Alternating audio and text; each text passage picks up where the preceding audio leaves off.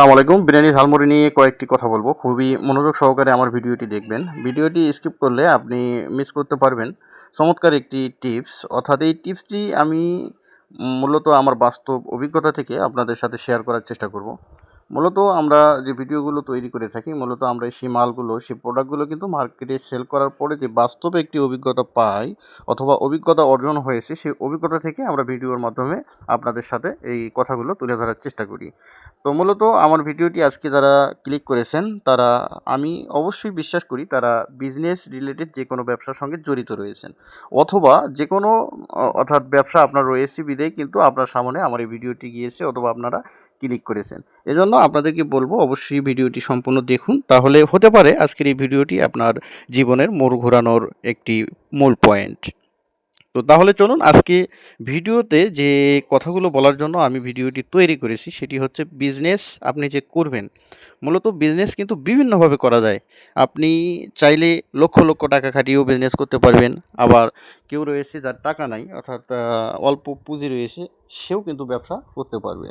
মূলত ব্যবসা করতে গেলে একমাত্র আপনার লাগবে হচ্ছে সততা এবং আন্তরিকতা এবং আপনার কথা বলার টেকনিক। অর্থাৎ আপনি যদি কথা বলতে পারেন স্মার্টলি, অর্থাৎ আপনার কথার মাধ্যমে আপনার প্রোডাক্ট সেল হবে।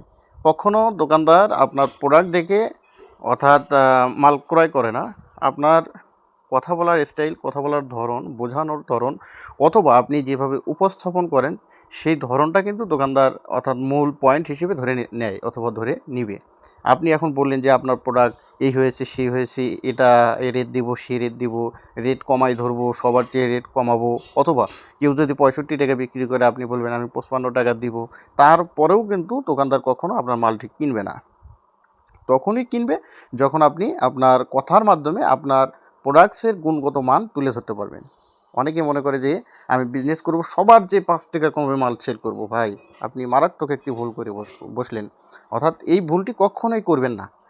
আপনার যদি কোনো প্রতিদ্বন্দ্বী কোম্পানি থেকে থাকে অথবা প্রতিদ্বন্দ্বী কোনো প্রোডাক্ট থেকে থাকে, সেই প্রোডাক্টসের চেয়েও কিন্তু 5 টাকা বাড়িয়ে আপনি আপনার প্রোডাক্টটি সেল করতে পারবেন, যেমন আমি করি। অর্থাৎ আমি আমার মার্কেটে কখনো রেট কম দিই না অথবা দিবও না।